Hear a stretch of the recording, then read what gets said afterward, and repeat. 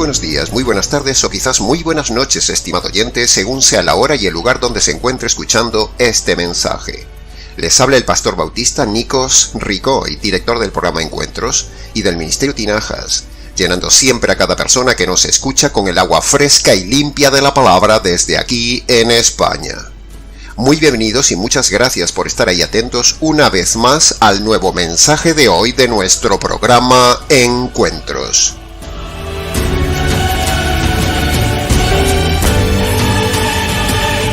Continuamos hoy, estimado oyente, con el tercer mensaje expositivo que venimos haciendo y seguiremos haciendo de todo Efesios capítulo 2. En el día de hoy analizaremos el pequeño pero muy abundante verso 4 de este fabuloso conjunto doctrinal que es el libro de Efesios, el segundo libro con mayor riqueza doctrinal y teológica de todo el Nuevo Testamento, después, indudablemente, del libro de Romanos. Como el tiempo es corto y el viaje de hoy es largo, entonces, sin más, entremos en materia expositiva. Dice entonces el verso 4: Pero Dios, que es rico en misericordia, con su gran amor, nos amó. Como ya hemos dicho muchas veces, el estudio expositivo de la Biblia incluye a veces el estudio individual de palabras del texto. Ya no solo el estudio frase a frase o versículo a versículo, sino palabras. Y en este caso, del verso 4, haremos precisamente eso, empezar a disfrutar de la maravilla expositiva de este versículo por una palabra. La palabra inicial, pero, el pero más precioso de toda la Biblia.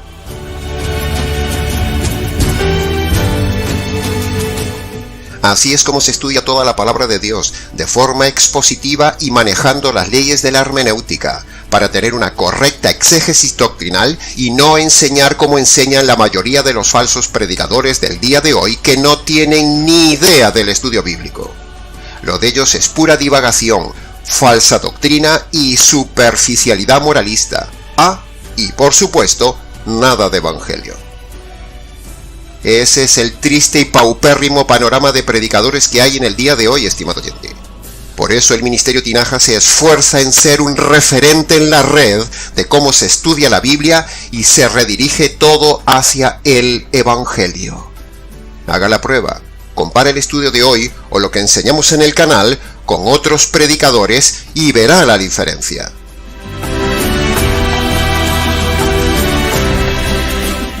En el programa anterior hemos visto cómo Pablo les estaba recordando una lista grande de cosas negativas que eran los efesios antes de la conversión. Así que recordemos un momento esa lista de lo que eran los efesios antes del pero que vamos a analizar hoy.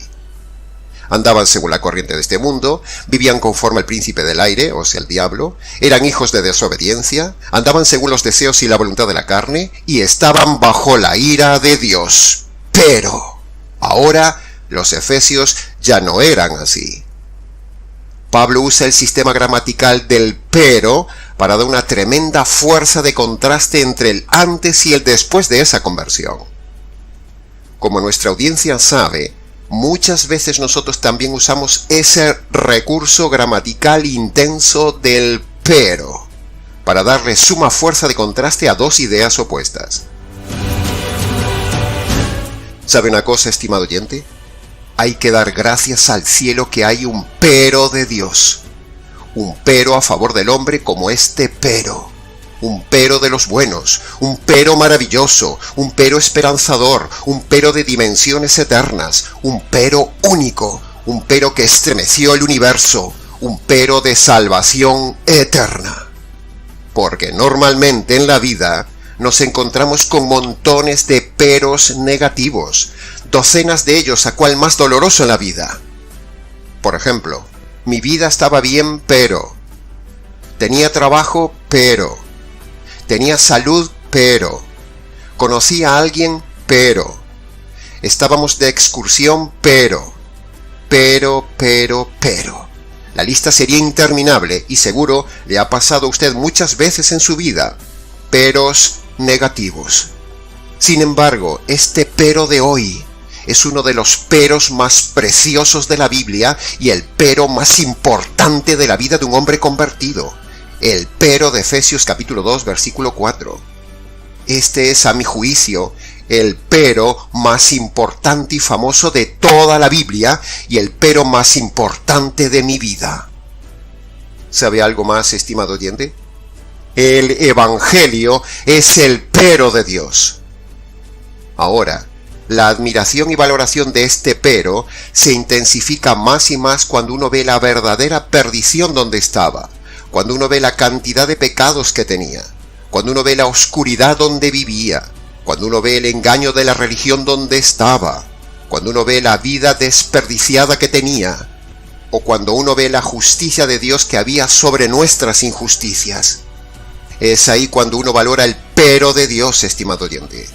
Es decir, cuanto más ve uno su condición jurídica de delincuente ante Dios, más valora este pero jurídico de Dios. Bendito sea el trino Dios jurídico que diseñó un precioso pero jurídico. Es como si ellos, el trino Dios, dijeran: hombre delincuente, estás perdido, sin la más mínima posibilidad de salida. Estás exactamente en el mismo lugar que el diablo. Estás condenado.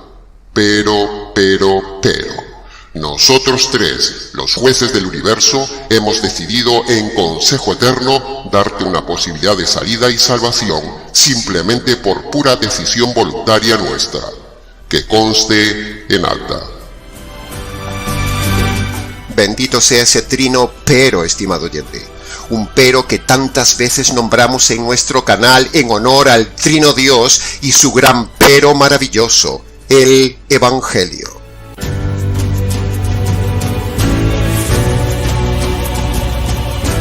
Este pero es como si cada uno de ellos en la divinidad exclamara a viva voz desde la gloria y a todo el universo y dijeran: el hombre no vale nada, está perdido, pero nosotros.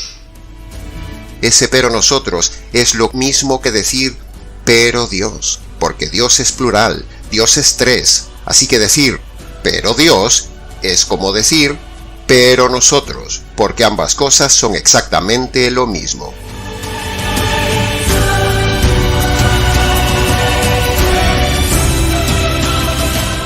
Este pero de Efesios capítulo 2, versículo 4, no es un pero consentidor, es un pero jurídico.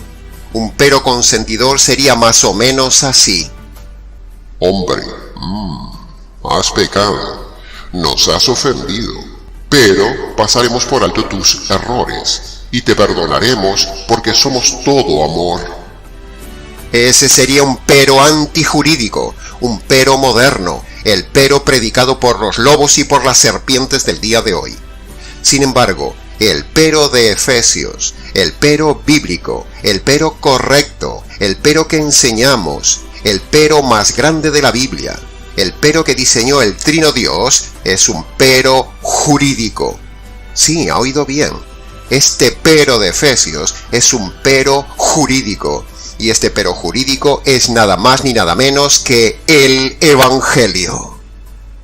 ¿Ve la diferencia, estimado oyente, entre lo que se predica por ahí, un pero consentidor, y el pero que enseñamos nosotros, un pero bíblico y jurídico?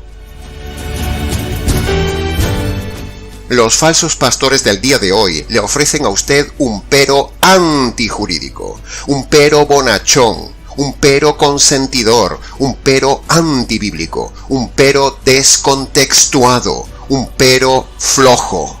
Algo así como que usted peca, pero Dios se lo consiente, pero Dios se lo comprende, pero Dios le perdona porque Dios lo ama. ¡No!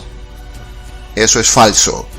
Nosotros presentamos un pero jurídico, radical y bíblico.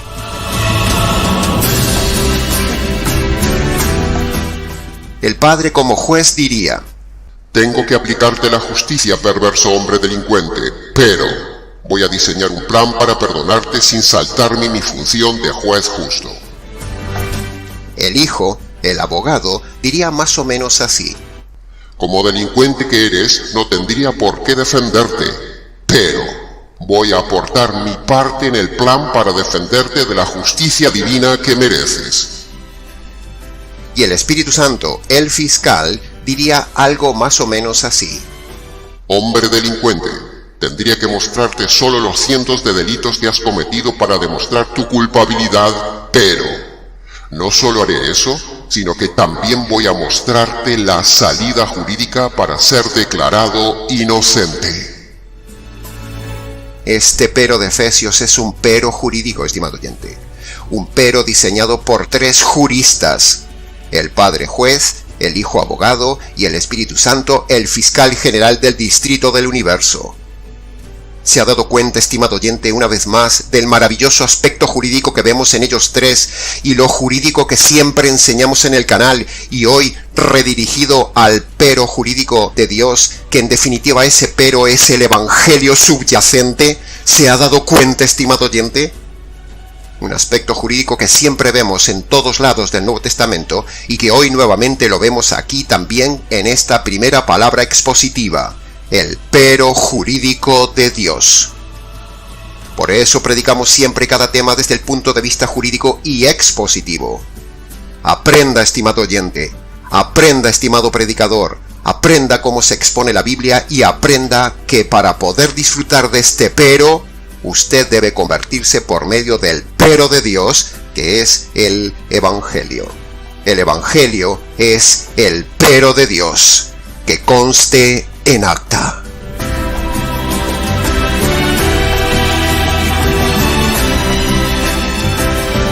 Pasemos ahora, estimado oyente, al análisis y comentario expositivo de la segunda frase del versículo 4, el tema de la misericordia de Dios. Dios es un juez justo y no puede tener misericordia con el hombre, porque si Dios como juez aplicara misericordia al hombre delincuente simplemente cuando el hombre se acerca a pedirle perdón, entonces esa misericordia se convertiría en injusticia y Dios se convertiría en un juez injusto. Dios es misericordioso y otorga misericordia, sí, pero no de cualquier forma y a cualquier precio, y sobre todo, no de la forma moderna que se enseña por ahí. Su misericordia está condicionada a ser dada, pero bajo las condiciones divinas. Sin las condiciones jurídicas que pone Dios, no hay misericordia. Entonces, ¿cómo conjugamos el tema de la justicia divina con el tema de la misericordia divina aquí en el verso 4? ¿Cómo se resuelve este dilema? Misericordia y justicia, justicia y misericordia. Pues sencillo, estimado oyente. En primer lugar, se resuelve estudiando la Biblia. Sin estudio, no se entiende la palabra de Dios.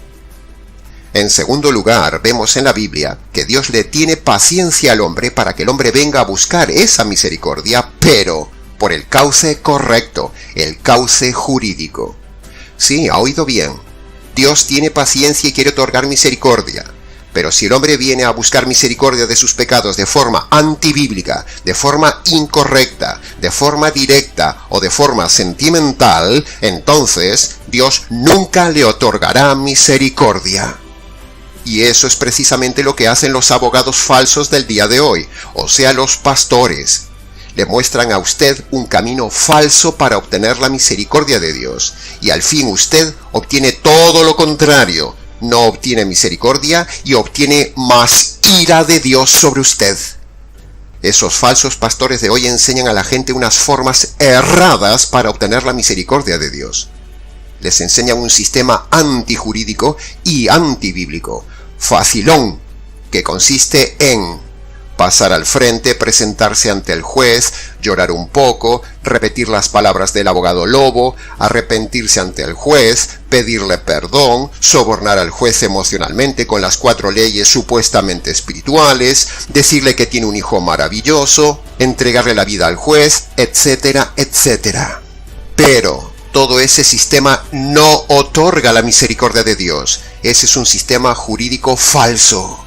Sin embargo, nosotros, en el Ministerio de Inajas, como abogados del alma, le decimos siempre a la gente que el verdadero sistema jurídico y bíblico para poder obtener la misericordia de Dios es por medio de la obediencia a las 2 condiciones jurídicas que Él mismo pone, o sea, el Evangelio.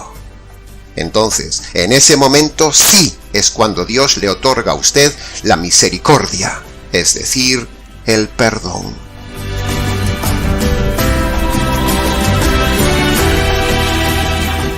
En otras palabras, para que pueda haber misericordia hacia el hombre, Dios antes tuvo que haber satisfecho su justicia, y lo hizo sobre su Hijo, para que el hombre se ampare, se agarre, se apropie de esa justicia satisfecha en la cruz, y entonces sí, luego pueda presentarse ante Dios con esa justicia en la mano y así recibir misericordia. Dios no puede otorgar misericordia de forma directa al hombre si el hombre no le lleva a Dios dos condiciones jurídicas. Porque si Dios otorgara misericordia al hombre de forma directa, y sin que el hombre se ampare a la justicia divina satisfecha, entonces Dios sería un Dios injusto porque estaría aplicando misericordia a un delincuente, y eso sería saltarse su justicia. Por eso Dios, para poder otorgar misericordia al hombre, primero, Él mismo soluciona previamente el tema de la justicia que merece el hombre por sus injusticias, y lo hace en la cruz. Y luego, en segundo lugar, Dios le pide al hombre que se apropie de esa justicia, porque si no se apropia de esa justicia caída sobre Jesús, no puede haber misericordia para el hombre. ¿Y cómo se hace entonces para recibir la misericordia de Dios? Bueno, aquí va nuevamente. Primera condición: el hombre delincuente debe reconocer sus delitos pasados y abandonar sus delitos presentes. Segundo, Dios dice que en su Hijo descargó la justicia que merecen sus injusticias, estimado oyente. Entonces, cuando un delincuente, o sea usted, se imputa, se apropia, se agarra, recibe, se cree que la justicia cayó sobre el Hijo, o sea la segunda condición, entonces el juez lo declara inocente y le aplica misericordia. Ahora, si usted no cumple con estas dos condiciones, usted no recibirá misericordia nunca jamás, recibirá la ira de Dios. Entonces tenemos paciencia hasta la conversión. En la conversión nos apropiamos de la propiciación, y entonces en ese momento viene el perdón, o sea, la misericordia. Maravillosa teología. Paciencia, justicia y misericordia perfectamente armonizadas, no como hoy, que los abogados se saltan la justicia de Dios y aplican el sentimentalismo ante Dios, y eso no funciona. En resumen, punto número 1. El padre como juez durante toda la vida del delincuente le tiene paciencia y no le quita la vida porque Dios, como Dios soberano y juez que es, puede aplicar el juicio cuando quiera. Saltárselo no puede, pero postergar el juicio en paciencia sí puede. Punto número 2. Mientras el Padre en el cielo tiene paciencia, entre tanto, el abogado, o sea el Hijo, trabaja y diseña en la tierra el Evangelio, donde el Hijo recibe la justicia que merece el delincuente. Entonces, esa justicia que debe recibir el hombre queda satisfecha. Punto número 3. Dios, el juez, pone dos condiciones para que el hombre delincuente pueda obtener la misericordia. Primero, el delincuente debe reconocer sus delitos pasados y abandonar sus delitos presentes. Primera condición, como ya hemos dicho. Segundo, todo hombre debe apropiarse de la justicia satisfecha en la cruz, que es la segunda condición. Punto número 4. Cuando el hombre se presenta ante el juez con estas dos condiciones en sus manos, es ahí en ese momento cuando Dios sí le otorga ricamente misericordia y le aplica el perdón jurídico. Dilema teológico de los tres elementos resuelto. El Evangelio es la enmienda jurídica diseñada por el Trino Dios jurídico para poder otorgar misericordia jurídica al hombre antijurídico. Maravillosa teología divina. Ahora sí comprendemos la maravillosa misericordia del Trino Dios jurídico, estimado oyente. Así es como se explican las cosas. La misericordia de Dios no es aislada, sino que está asociada a la justicia sobre Jesús aplicada, que conste en acta declarada.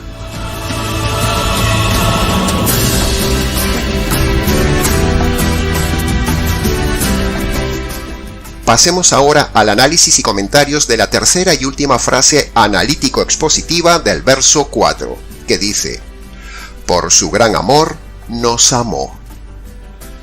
Esta es la frase más polémica del mensaje de hoy, estimado oyente. El tema del amor de Dios.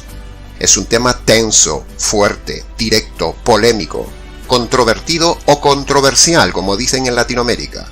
también un tema muy mal enseñado y que ya hemos tocado varias veces en el canal, pero procede que lo repasemos hoy a propósito de este estudio expositivo de Efesios capítulo 2, versículo 4, donde se nombra el amor de Dios.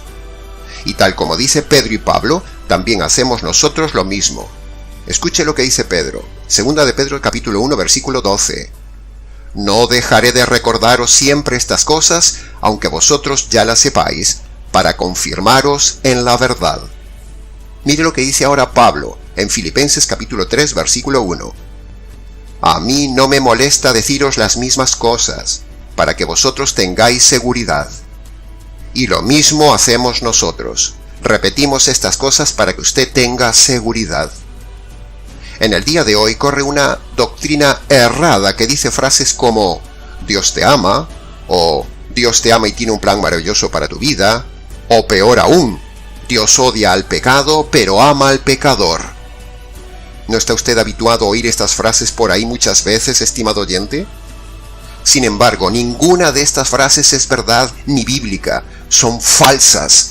Han sido un producto inventado en prédicas sentimentalistas y erradas que han llegado hasta hoy, introducidas en la iglesia por pastores sentimentalistas interesados en ganar así adeptos y no espantar miembros de su iglesia para sostener el negocio de la religión. Pero en realidad, estas frases no son bíblicas ni muestran el correcto carácter de Dios. Son falsas.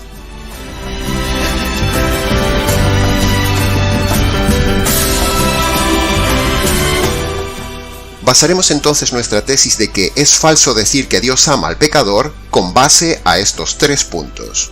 Punto número 1. Veremos la definición bíblica del amor que veremos en 1 Corintios 13. Punto número 2.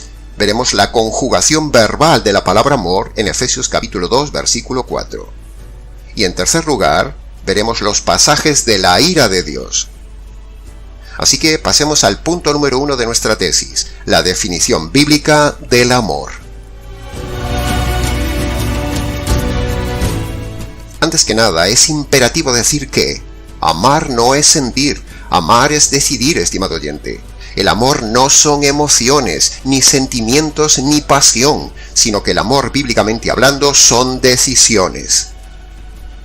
Y nada mejor para demostrar esto que decimos que verlo en las propias definiciones del amor de 1 Corintios 13. Allí vemos que todas esas definiciones del amor son claramente decisiones y no emociones. Por ejemplo, cuando dice que el amor es paciente, es evidente que eso es una decisión, no es una emoción. Uno decide ser paciente, uno decide controlarse. La paciencia y el control no son sentimientos, son decisiones. Segundo ejemplo, cuando dice 1 Corintios 13 que el amor no hace nada indebido, eso es una decisión. Uno decide no hacer algo malo, por lo tanto es una decisión, no una emoción. Y tercer ejemplo, cuando en 1 Corintios 13 dice también que el amor no busca lo suyo, es contundentemente claro que eso es una decisión que uno toma y no una emoción que uno siente. Uno decide no ser egoísta. Y así podríamos seguir analizando una tras otra cada una de las 15 definiciones del amor correcto y bíblico que vemos en 1 Corintios 13, que en realidad son 15 decisiones detalladas que definen correctamente al amor verdadero y demuestran que amar es decidir, no es sentir.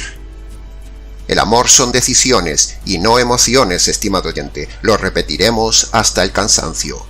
Por lo tanto, cuando la Biblia dice que Dios es amor, concluimos que Dios es amor decisional, no amor sentimental ni emocional como nos lo han presentado los falsos pastores y falsas pastoras del día de hoy. Cuando la Biblia dice que Dios es amor, significa que Dios es decisión. Cuando la Biblia dice que Dios es amor, está describiendo a Dios como un Dios decisional y no como un Dios sentimental, o como un abuelo bonachón que todo lo pasa por alto, que lo consiente todo, que no le da importancia al pecado, o que todo lo tolera. ¡No! Dios no es así, no es sentimental, ni se ha manifestado así ante el hombre. Usted nunca ha visto a Jesús sentimental en los relatos de los evangelistas. Dios es decisional. Dios está en continuo movimiento tomando decisiones. Mire lo que dice Juan capítulo 5 versículo 17. Mi Padre siempre está trabajando y yo también. Ahí lo tiene, estimado oyente. Dios es activo, siempre trabajando, siempre en movimiento, siempre decidiendo, siempre haciendo cosas en su providencia. Toda esa acción de trabajo de Dios en el universo, en el mundo visible e invisible o en los hombres, son decisiones, no emociones. O dicho en otras palabras, la providencia de Dios. Dios no se mueve por emociones, estimado oyente. Dios se mueve por decisiones, porque Dios es amor racional y decisional. Dios no es sentimental, como nos dicen los lobos y las serpientes del día de hoy.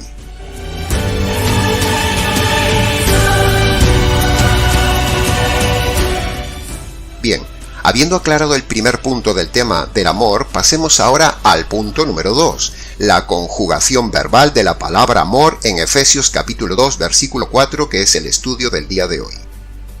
Si leemos con cuidado el pasaje de Efesios 2:4, ahí no dice Dios te ama o Dios nos ama, sino que el pasaje habla en pasado y dice Dios nos amó.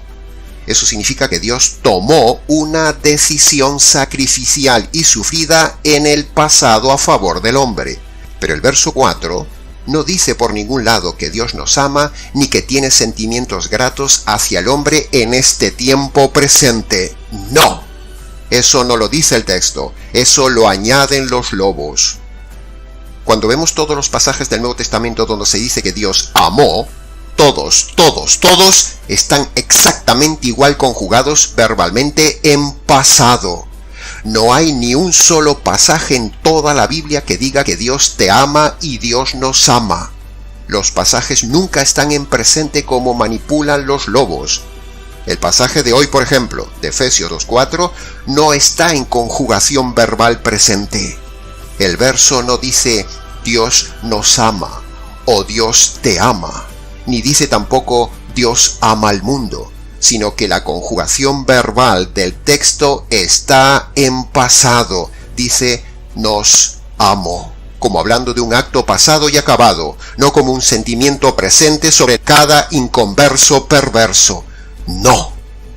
Mire la imagen del vídeo con la evidencia de lo que decimos, con todos los verbos en pasado.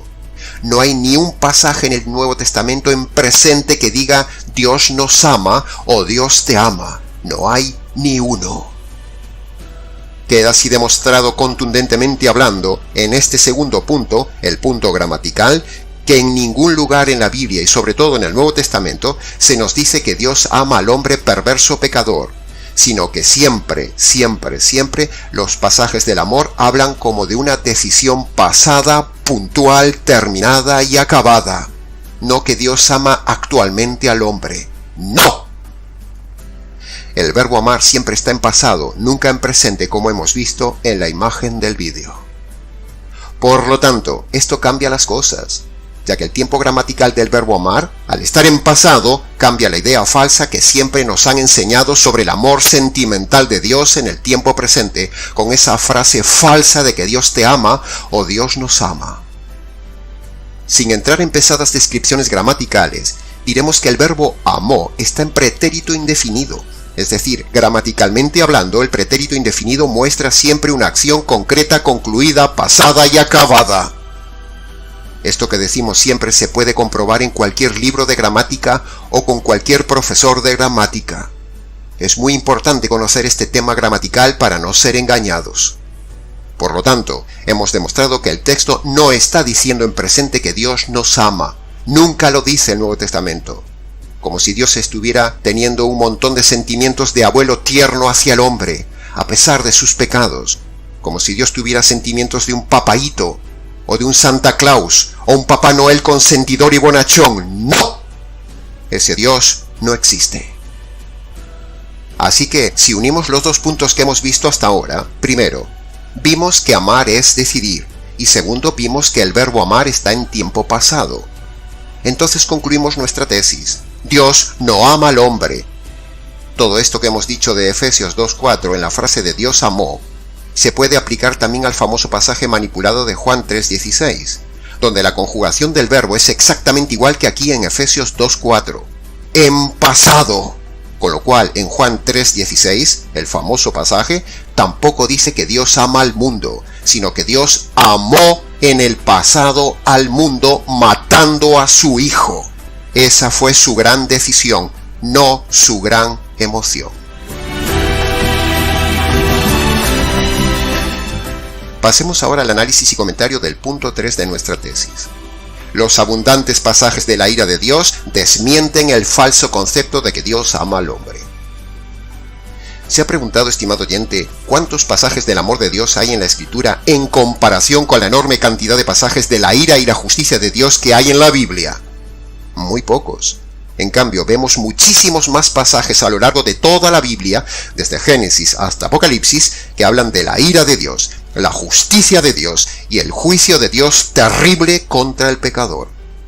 Todo esto que estamos enseñando hoy es todo lo contrario de lo que enseñan los predicadores sentimentalistas del día de hoy.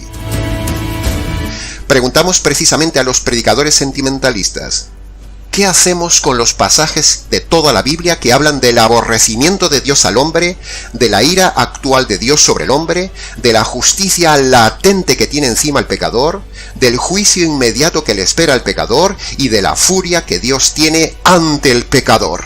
¿Qué hacemos? ¿Quitamos todos esos pasajes de la Biblia? Recuerde que el ministerio del Espíritu Santo no es convencer al mundo de amor, sino más bien convencerlo de la realidad, de pecado, de justicia y de juicio, y de que está bajo la ira pasiva de Dios. Si Dios ama sentimentalmente al hombre, ¿por qué ahogó al hombre en el diluvio?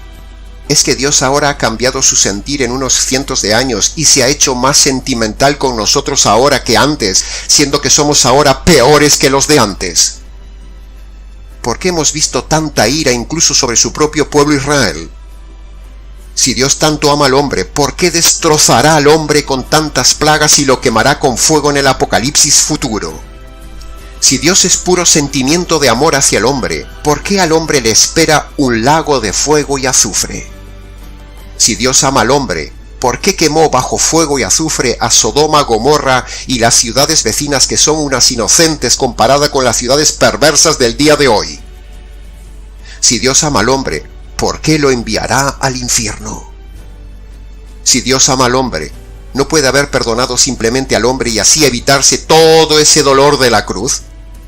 Y sobre todo, si Dios es amor sentimental, ¿por qué destrozó a su Hijo bajo la furia de su ira y su implacable justicia en el Calvario? Piense, estimado oyente. ¿Las autoridades civiles, jueces, legisladores y ciudadanos aman a los delincuentes? La respuesta es un rotundo no. Entonces, si Dios es la autoridad y el juez del universo, ¿por qué iba a amar al hombre delincuente? Es pura lógica, estimado oyente. Continuamos preguntando a los sentimentalistas del día de hoy: ¿el diablo es pecador? Si la respuesta es sí, el diablo es pecador, entonces concluimos que el diablo es tan pecador como el hombre. Por lo tanto, si Dios ama al hombre, que es pecador, también debería amar al diablo, que es pecador. En cambio, si la respuesta es que Dios no ama al diablo, entonces tampoco debería amar al hombre, porque el hombre es tan pecador como el diablo. Ahora, si la respuesta fuera que Dios ama al diablo, entonces a ver quién es el valiente que se atreva a defender esa barbaridad. ¿Comprende esta lógica, estimado oyente? Si no ha comprendido bien estos razonamientos, rebobine el vídeo y vuelva a escucharlo. Todo esto que decimos es pura lógica, se lo mire por donde se lo mire, lo entiende hasta un niño. Dios no ama al hombre, lo aborrece, pero le tiene paciencia y le ofrece perdonarlo por medio del Evangelio. Entonces, ¿qué está pasando con Dios en este tiempo presente, pastor? Si Dios no ama al hombre y está airado con el hombre, entonces, ¿por qué no manifiesta ahora su ira como lo hizo en el pasado y como lo hará en el futuro? Sencillo, estimado oyente, Lo que sucede en el tiempo presente es que este es un tiempo de paciencia de Dios y donde Dios contiene su ira para que el hombre se convierta por medio del verdadero evangelio. Pero no que sea un tiempo sentimental, de un Dios bonachón que todo lo tolera y ama al hombre. No. Eso es lo que falsamente han enseñado los predicadores modernos sentimentales del día de hoy, sobre los cuales caerá precisamente la ira de Dios por mentirle a la gente. Los pastores falsos de hoy confunden paciencia de Dios con amor sentimental de Dios. Repito, los pastores falsos de hoy confunden paciencia de Dios con amor sentimental de Dios. Segunda de Pedro capítulo 3 versículo 15 dice: entended bien esto, que la paciencia de nuestro Señor es para salvación. Dicho todo esto, alguno preguntará: entonces, ¿cómo se armonizaría el amor decisional de Dios con la realidad bíblica de que Dios aborrece al pecador y la ira de Dios está sobre el hombre? Pues sencillo. A pesar del aborrecimiento que produce el hombre en Dios por causa de sus pecados, Dios le tiene paciencia y decide diseñar un plan para salvar al hombre, el Evangelio. Su amor consistió en decidir destrozar en la cruz a su Hijo bajo la ira de Dios, para así descargar la justicia que merecen las injusticias del oyente que me escucha. Y con esa descarga de la ira y la justicia de Dios, quedar Dios totalmente satisfecho para ahora sí poder perdonar a todo hombre que se agarre de esta justicia satisfecha. Hace más de 2000 años, el Trino Dios tomó la más drástica decisión, la decisión más radical jamás tomada, el desgarro de la unidad divina en la cruz, donde el Padre y el Espíritu Santo sentencian al Hijo, lo ejecutan y lo matan para descargar la justicia y la ira que usted y yo deberíamos recibir. Ese fue su acto decisional de amor. Ese es el pero de Dios. Y ese es el Evangelio de Dios para obtener la misericordia de Dios. Mire qué maravillosa visión correcta y armonizada del verso 4 de este capítulo 2 de Efesios. Cuando el hombre decide reconocer la decisión de Dios, Dios decide recibirlo como hijo de Dios. Dios no es un Dios sentimental, es un Dios decisional.